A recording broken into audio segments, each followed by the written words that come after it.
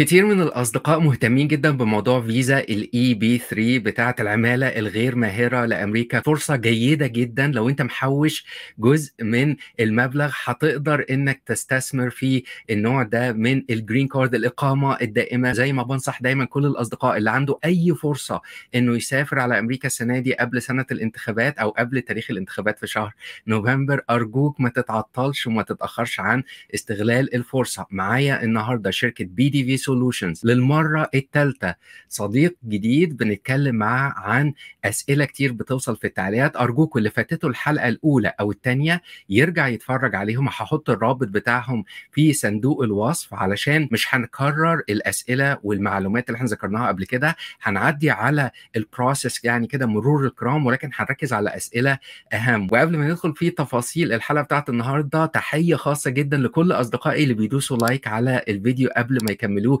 للآخر. ويلا بينا ندخل في الموضوع. Hi Dalton, how are you today? I am well, Mahmoud. Thank you so much for having me. You're very welcome. Thank you for taking the time to share with our friends from the Middle East today. As per usual, I'm going to ask in English, but I will take the time to translate between questions. So why don't we start with your role with BDV? Tell us a little bit about what you do there. Definitely. So I'm director of sales for the company on the foreign national side. So the team and I work to find foreign nationals who have an interest in either coming to the United States if they are going through the consular process, or if they're already here and looking to adjust their status to get in the EB3 green card process. You know, the EB3 green card is really one of the most certain pathways to permanent residency in the United States. Kind of an inside joke is it's the second most certain way. The first most certain way is by marrying an American citizen. So we're not selling marriage to American citizen. We're selling the second most certain thing. But yeah, we have a great team. We're based in Greenville, South Carolina. And right downtown. It's a beautiful office. So many of our employees and my coworkers are former clients as well. No better people to bring aboard into this world than folks who have gone through the process. I've been at BDV for a little over 7 months now. دالتون طبعا شرح لنا ان هو شغال مع شركة بقاله حوالي 7 شهور. هو مدير للمبيعات، بيتعامل بشكل مباشر مع الأصدقاء في كل حتة في العالم وخصوصا في الشرق الأوسط. موضوع حلقة النهاردة. وقال لنا كمان انه الشركة ليها مكتب في ساوث كارولاينا، يعني هتقدر انك تزور المكتب لو حابب.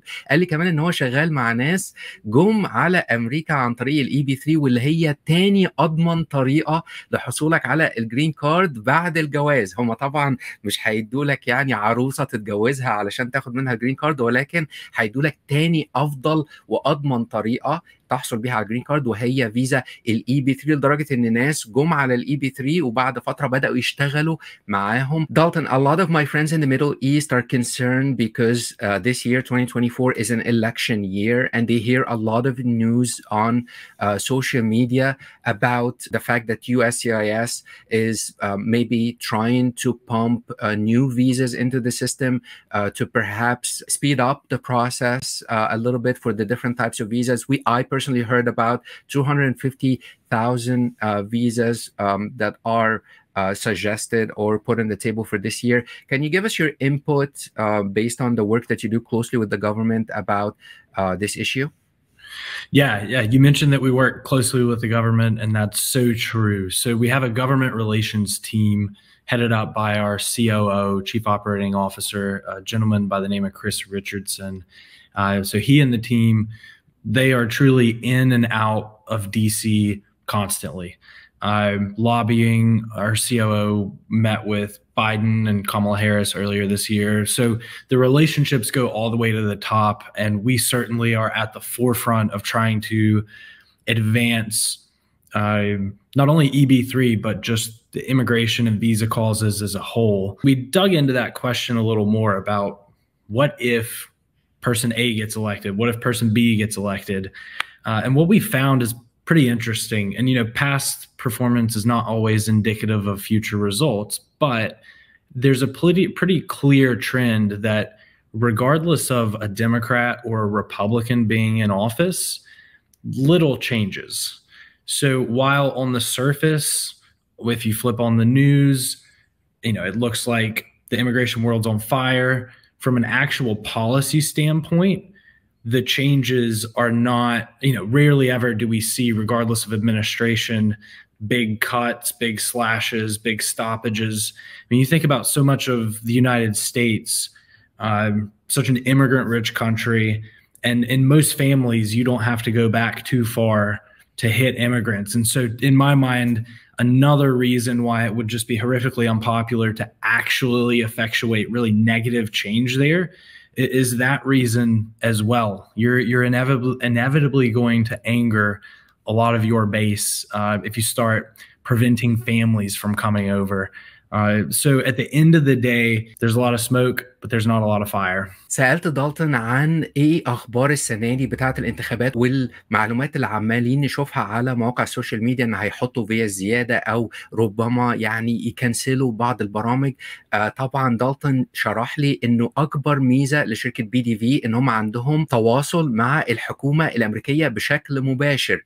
كريس اللي انا عملت معاه الحلقه الاولانيه بيروح واشنطن باستمرار، بيقابل جو بايدن وكامالا هاريس، بيكلموا عن مواضيع خاصه بعقود العمل والهجره، بيحاولوا يشوفوا اذا كان في طرق يساعدوا الموضوع. ودي ميزه BDV ان هي مش مجرد شركه صغيره يعني ما حدش يعرف عنها حاجه، لا الشركه دي مشتبكه بشكل كبير جدا مع الحكومه. وقال لي طبعا ان انطباعه الشخصي ان كل اللي بنسمعه على السوشيال ميديا انه هيكنسلوا برامج او الفيز هتتلغي والكلام الفاضي ده دخان من غير اي نار. لانه لو بصينا التاريخ هنلاقي ان موضوع الهجره موضوع مهم جدا لكل الناس في امريكا. ولو شوف اي بيت اي عيله في امريكا مش هتروح بعيد علشان تلاقي الاب مهاجر من بلد الفلانيه، الأم جاية من الصين والأب جاي من الهند وواحد جاي من مصر وخلافه. في تنوع كبير. الحكومات اللي بتيجي سواء كانت ديمقراطية أو جمهورية ما بيبقاش في تغييرات كبيرة في مواضيع الهجرة بالذات. فمحدش يقلق يا جماعة، ما فيش حد هيبدأ تراك ويبدأ مشروع يقدم قضية لجوء أو يقدم EB3 اللوتري أو خلافه ويجي بعد كده حكومة تكنسل الموضوع ده بسهولة كده والموضوع يعدي. محدش يقلق خالص. Dalton, I want to move on to help our friends who are watching us for the first time, and I want to explain the process of how to obtain an EB3 visa from beginning to end. Certainly. So at BDV, we work both sides. We work on finding sponsors who have a need for employees, and work on finding foreign nationals who want to go through the EB3 process. So we always have a large stable of sponsors who have job offerings scattered all throughout the country for prospective clients to pick from. So, the tactical part of the process is once you engage us, you'll be able to log into a portal and see all the job offerings. You'll pick a job offering, sign a contract, and then working through, we'll use the consular process, right? AOS, adjustment of status, that's if you're already in the United States. The other one is consular processing. That's if you're starting this process, but you're outside of the United States. So, a labor certification filing happens, and then there's this form called an I-140. If you go through this process, you'll hear it a bunch, but it's a petition for alien workers. So that's on the sponsor side. It's just proving to the government that, hey, we've tried to fill these spots. We're unable to fill them. We need good workers to come and fill these spots. And that's where the EB3 visa fits in. So the case progresses along. There's usually an interview, which as part of our package, we have a kind of a sister company that exclusively is filled with former case officers from the State Department. And they work with you to prep you for the interview. It's nothing big or scary, but it sounds like it. So it's always good to have some exposure to know what questions are going to be asked. It's really just making sure that everything you said matches up with all the due diligence that has happened on the government side. You'll get your approvals, you'll come to the United States and start working for at least 1 year. So that's one thing to mention, is that in EB3, there's a 1-year minimum work requirement. So you'll be working for this sponsor for a year. The timelines vary based on a number of factors.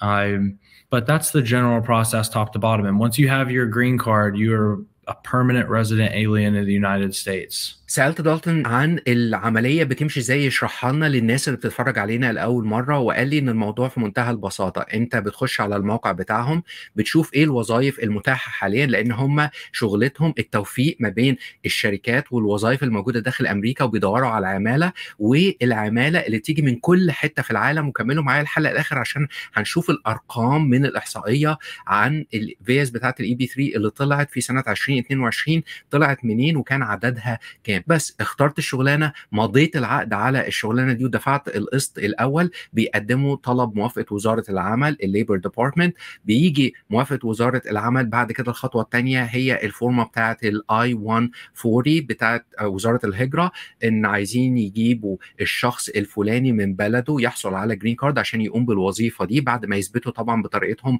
ان مفيش حد في المدينه قادر ان هو يقوم بالشغلانه دي. تمام. وزارة الهجرة بتراجع الورق، بتعمل مقابلة معاك. هم عندهم شركة أو جزء من الشركة هو سماها سيستر كومباني بتساعدك للمقابلة. كل اللي شغالين في الشركة دي يا جماعة موظفين سابقين في السفارات الأمريكية في كل حتة في العالم. بيعرفوك بالظبط تجاوب الأسئلة إزاي بطريقة نموذجية علشان تاخد الموافقة وتحصل على الفيزا أنت وأسرتك. تيجي على أمريكا تشتغل 12 شهر. لازم تشتغل سنة في العقد اللي أنت مضيت عليه مع الشركة اللي جابتك أمريكا. مش هينفع تدخل امريكا وتقول سلام عليكم خلاص بقى هروح اعمل حاجه تانية. لا، لازم تشتغل 12 شهر بالتمام والكمال. بعد ال 12 شهر معاك الجرين كارد، حريه الحركه بتاعتك في اي حته في امريكا، تعمل زي ما انت عايز، تسيب الشغل او تعمل البيزنس بتاعك، انت حر، لان خلاص الكونديشن اترفع. وكل التفاصيل اللي احنا اتكلمنا عنها دلوقتي للناس اللي هتقدم من بلادها. يعني هتحتاج كونسلر بروسيسنج، تدخل السفاره في البلد اللي انت فيها. لو انت موجود داخل امريكا هيكون لك طريق مخالف تماما بنسميه adjustment of status AOS. يعني انت جوه البلد على اقامه معينه سواء كانت دراسه او غيرها، وبتعمل العمليه دي من داخل امريكا. Dalton, thanks for the quick explanation. I want to move on to giving us quick examples of the types of jobs that are available today or for this week. Give us some examples of the states that are available, maybe the salaries offered, and quick description of the types of jobs that you have offered today. Definitely. To your point, you mentioned offerings available today, constantly in flux. And like I mentioned, scattered all throughout the country. So a couple that come to mind, we have, a fast food position in Dallas, Texas. There is in Stewart, Virginia, there's a packing position. So to give you an idea, all different types of jobs. We'll talk about the Texas one for a second. That's in Dallas. It's $12 an hour. Taking orders, food preparation, serving food and beverage. That one's filing in April, so it's one that's hot and ready to go. The packing job in Virginia, it's in Stewart, Virginia, $16.35 an hour. You're working with some machinery, automated and manual. That one's also filing in April. Another fast food restaurant. This is in Asheville, North Carolina. Absolutely gorgeous part of the country. It's 45 minutes to an hour north of where I am right now in Greenville.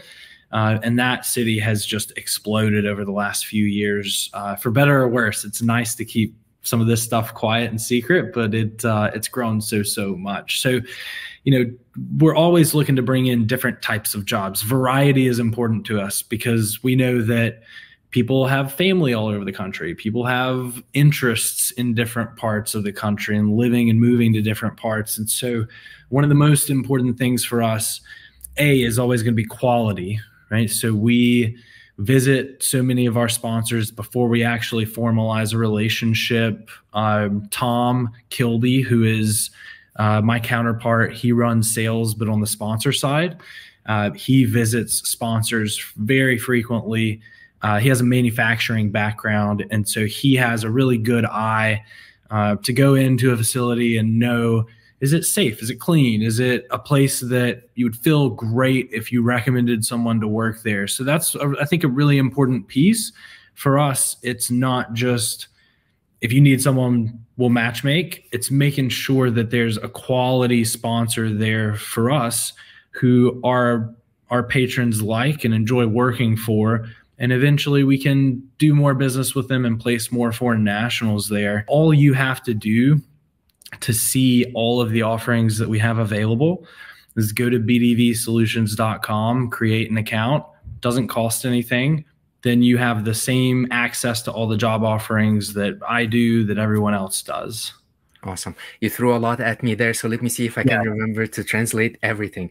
So سألت دالتون عن ايه هي الشغلانات المتوفرة دلوقتي النهاردة لو عايز تدخل علشان تختار حاجة مناسبة ليك، واداني 3 أمثلة. اداني مثال شغلانة في دالاس تكساس الراتب بتاعها $12 في الساعة في محل فاست فود بتاخد اوردرات الأكل بطريقة سهلة. قال لي ان شغلانة تانية في ستورت فيرجينيا والراتب بتاعها كان حوالي 16 وربع في الساعة باكينج جوب، يعني هتقعد تملى الباكسات بقى وتشتغل زي وير هاوس. وقال لي في وظيفه ثالثه في نورث كارولاينا متاحه. طبعا هم بيحاولوا على قد ما يقدروا ان يوسعوا دايره عقود العمل اللي بيجيبوها، لان هم عارفين ان الناس بتحب تروح ولايات معينه، عندهم اصحاب او قرايب، ومش بيكتفوا بس بالتواصل مع الشركات، لا هم عندهم حد مخصوص بيروح يزور مكان الشغل، يعرف بالظبط المكان اخباره ايه، نظيف ولا لا، بجد مهيأ انه يستقبل حد يشتغل ولا مجرد كده كلام على الورق وخلاص. فمهتمين جدا انه التجربه بتاعه المهاجر الجديد تكون تجربه ناجحه. العمليه مضمونه يا جماعه، الموضوع ما فيهوش نصب ولا غش ولا حاجه. الفيز دي موجوده والشركه بتكسب كويس من عقود العمل دي، وبالتالي من مصلحتهم ان هم يوفقوا ما بين الشركات وما بين الناس اللي عايزه تشتغل. فلو انت مهتم بالموضوع هتقدر تدخل على الرابط بتاع BDV Solutions، هيكون اول رابط في صندوق الوصف اسفل هذا الفيديو. املأ ابلكيشن ما بتكلفكش اي حاجه، الكويستشنير اللي موجوده مجانا، املاها وشوف الوظائف المتاحه دلوقتي ايه، ولو في حاجه منهم عجبتك او حسيت ان هي في مكان مناسب ليك يبقى تقدر تتصرف بسرعه، لان هو قال لنا في بدايه الاجابه ان الوظائف دي تتغير كل اسبوع. يعني الوظيفه اللي عينك عليها الاسبوع ده ربما مش هتكون موجوده في الاسبوع الجاي، فلازم تتصرف بسرعه. Dalton, I want to go back to the political space a little bit, and I know that a lot of my friends in the Middle East have not had great experiences with Trump, who I suspect will be the Republican nominee, and 50% chance he will be the president come November. I want to speak about Trump specifically. Is there any chance that Trump can wake up in the morning hating on Muslims or hating on specific countries and saying, you know what, guys, I'm canceling all the EB3 visas. Anybody who put an application in and paid money, this money is forfeit, and you guys are screwed. Is that a possible scenario to you? Really good question. And certainly topics like that have been big conversation internally. I think the short answer is pretty much no. If you think about whether it's EB3 or any decently sized visa category, businesses are functioning because of the labor, because you have great foreign nationals who are coming working. So as soon as you start to peel back the layers, you can get great sound bites talking like that, but I think it really stops beyond that to any meaningful degree because of how many parties are involved, whether it's private parties on the private company side or government institutions that this is their bread and butter. This is what they do. USCIS, DOL, Department of Labor has a massive function involved in the immigration side, especially with work visas. So there's always a chance for madness, right? As we all know, but I would feel pretty confident giving a 99% no to some catastrophic event like that. I think there are just too many interested parties involved that you would alienate so many people with a decision for not really much of a gain politically. Part of that's my reading of the tea leaves, but in short, I don't think so. سأل دالتون specifically عن ترامب. لو دونالد ترامب كسب الانتخابات في شهر نوفمبر، في ناس كتير من الشرق الأوسط قلقانين إنه ممكن بقى يصحى الصبح كده يلغي فيز ناس أو يرحل ناس، أو تكون أنت دفعت فلوس في الاي بي 3 والفلوس دي تروح عليك ويقول أنا مش عايز البلاد دي. قال لي طبعا إن ده مستحيل يحصل، لأنه ده تأثير كبير وخطير جدا على الاقتصاد يا جماعة. وترامب مش راجل مجنون، ترامب راجل اقتصادي من الدرجة الأولى. مش هينفع إن كل البزانس، كل الشركات اللي بتعتمد على العمالة الغير ماهرة اللي بتيجي من كل حتة في العالم علشان تشتغل، الناس دي هتشغل المحلات والشركات بتاعتها ازاي؟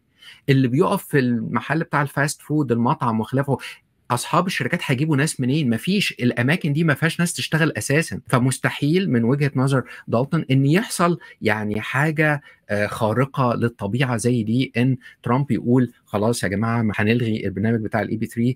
ده مستحيل انه يحصل، وخصوصا لو انت ماشي في الطريق الشرعي والقانوني. وانا باكد على كلام دالتون ان المشكلة دايما يا جماعة مع المهاجرين الغير شرعيين. لو انت illegal immigrant انت عندك مشكله، لو انت عديت من على الحدود انت عندك مشكله، لانك مش قانوني في البلد. وده اكبر قطاع من الناس انا يعني خايف عليه، انه ممكن بقى يتم ترحيلهم او كده على ايد ترامب او غيره.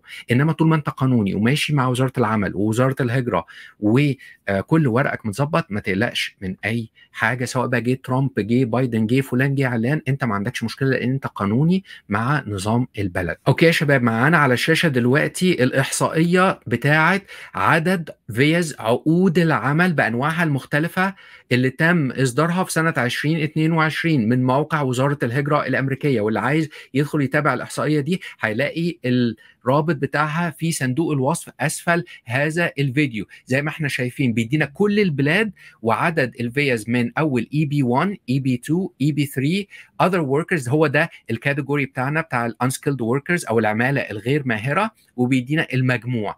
وزي ما انتم شايفين كده في افريقيا، الجزائر ما كانش فيه ولا فيزا اي بي 3 في سنه 2022. لو رحنا للقاهره ايجيبت 17 بس، 17 فيزا اي بي 3 طول السنه. معناها يا جماعه ان الناس مش مستغله النوع ده من الفيز كويس. خلينا نكمل مع بعض ونشوف الارقام بتاعت افريقيا كلها صغيره ما عدا ساوث افريكا جنوب افريقيا 111 اي بي 3 فيزا. بعد كده قاره اسيا ناخد مثلا الصين 118، كوريا الجنوبيه 221، لو بصينا على الفلبين 415، فيتنام 542. واضح جدا طبعا ان الدول جنوب شرق اسيا يعني مستغله الاي بي 3 احسن استغلال. بص على الارقام كلها، ولكن في النهايه يهمنا ان مجموع الفيز بتاعه الاي بي 3 اللي تم اصدارها في سنه 2022 كان 4633 فيزا. يلا بينا نرجع مع دالتون ونسأله. We have about 4,600 EB3 visas for unskilled workers throughout the year of 2022. And I explained to our friends from the Middle East that really people are not taking advantage of this program enough compared to other countries like, you know, Southeast Asia, so on and so forth. Can you maybe shed some light about the total number, the budget from USCIS for this category every year, and whether there is a gap or a delta there, and what is your explanation for this delta? Definitely. So 10,000 is the number. There are 10,000 slots each year. That number resets each year, and nothing carries over either. The biggest reason is the backlog, right? So everyone's heard the R word, retrogression. That's what is causing that number to be 4,600 and not 8, 9, 10,000. What is promising is that we've seen some changes at Department of Labor, USCIS. They are actively working to become more efficient to be able to process more. There was a small fee increase that happened a couple of weeks ago, and 100% of that fee increase was for hiring more people and improving systems to be able to work through more of the EB3 visa applications. So the good news is that over time, things are going to be more efficient. More people should be able to process through. And one other piece to mention is that, you know, as you look at that list, if you are in a country and it has low numbers, don't feel negatively about that at all. If anything, there's a higher likelihood that your place in line for that country is going to be higher than a country that had, 1,000 people approved last year. So I would definitely encourage you to not get discouraged if you see numbers. Don't read into them as anything other than opportunity. سألت دالتون عن الأرقام الميزانية اللي بتحطها وزارة الهجرة كل سنة، وقال لي إن الرقم هو 10,000 في العمالة الغير ماهرة كل سنة متاح ليك 10,000 فيزا. ولكن المشكله انه نتيجه ان الطابور طويل من ايام الكوفيد، طبعا في ناس كتير اتعطلت، فوزاره الهجره بتحاول يعني جاهده ان هي تمشي العجله شويه، ولكن نتيجه نقص العماله. واداني مثال ان هم زودوا المصاريف بتاعه استمارات وزاره الهجره بمبلغ معين، ولكن كل زياده دي هتروح في تعيين موظفين جداد يسرعوا العجله، يمشوا المواضيع بحيث ان الناس ما تتعطلش بالشكل ده. ونبدا نشوف ان بشكل سنوي في 10,000 فيزا بيتم اصدارهم بدل ال 4,600 اللي احنا بنشوفهم دلوقتي. وقال لي اصدقائنا في الشرق الاوسط لما يبصوا للارقام القليله بتاعتهم ما ياخدوش ده على ان هي اخبار سيئه، لا بالعكس، دي فرصه ليك ان انت البلد اللي انت منها العدد اللي بيقدم فيها قليل، فربما ده يسرع عجله المعامله بتاعتك مقارنه ببلد زي الصين او الفلبين. زي ما قلنا ممكن يبقى فيه 500 واحد واقفين في الطابور منتظرين مقابلات، انت في بلد زي مصر كانوا 17 واحد بس طول السنه، يعني العجله ممكن تمشي بشكل اسرع، فما تاخدش يعني الارقام دي بشكل سلبي. كمان دالتون شرح لنا ان الريتروجريشن او العطله اللي حاصله نتيجه طبعا كوفيد من 2020 هو متفائل جدا ان الارقام هتتحسن في المستقبل يا جماعه. وانا بامن على رايه وبشاركه وجهه النظر دي، ان واضح اهتمام الحكومه الكبير بمواضيع الهجره، لان الاقتصاد الامريكي بيعتمد على المهاجرين الجداد، وما ينفعش ان هم يعطلوا حد مقدم على عقد عمل سنتين لغايه اما يجي ويبدا الشغل. لازم المواضيع تمشي بشكل اسرع، وهو بيقول لنا ان ده توقعه للمستقبل. بفكر كل الاصدقاء ان اللي حابب يدخل على الموقع بتاع BDV Solutions هيكون اول رابط في صندوق الوصف. املأ الاستماره المبدئيه وخد كل المعلومات مجانا، وتواصل معايا لو عندك اي استفسار، لو محتاج مساعدتي في اي حاجه هقدر اني اساعدك من خلال الموقع بتاعي www.easycast.com. وبفكر كل الاصدقاء اللي مش متابعيني على منصات السوشيال ميديا على انستجرام او تيك توك او فيسبوك، هتلاقي الروابط دي كلها في صندوق الوصف. لو عندك اي استفسار سريع او محتاج تاخد رايي في حاجه هتقدر انك تعمل لي فولو على المنصات دي ونتواصل مع بعض. Thank you so much, Dalton, for taking the time with us today. I appreciate all the answers you provide. We tried to keep it fresh. We're not, I made sure that we're not just repeating the information from the first two episodes, but I guarantee that there will be more questions from our fans. So I'm hoping that you can circle back with us in a couple of months to answer some of these good questions that are going to come our way in the comment section. I would love to. You'll have me aboard, and thank you so much, and thanks to everybody who's watching. You're very welcome. شكرت دالتون طبعا على انه جاوب على كل اسئلتنا الحلقه دي، وفكرته ان الاسئله اللي هتيجي في التعليقات، لو عندك سؤال مهم اكتبه في التعليقات، وانا اوعدكم ان احنا هنكمل اللقاءات معاهم عشان نجاوب على كل الاسئله. وفي النهايه ما تنسوش كالعاده لو بيعجبكم المحتوى تدوسوا لايك وسبسكرايب، واشوفكم في الحلقه الجايه. سلام.